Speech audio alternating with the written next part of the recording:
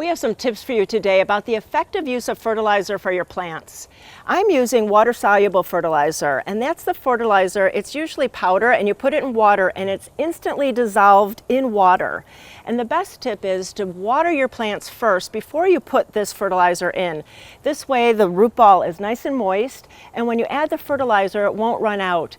You've paid money for that fertilizer, and you want to have the best use for it. And then there are a couple other types of fertilizer you might find, which will be a pelletized, one that might be encoded like an osmocote, which is a slow release, or you may find more of a granular powder form. Both of these will be applied to the top of the pot or around the plants, and then you'll want to work those into the soil. This is important to kind of get it down where the moisture is, because when that fertilizer is moist, that's when it starts to dissolve and work its way into the soil. And to know how much to apply, always read the packages. We hope all these tips will help you have really good success with your plants.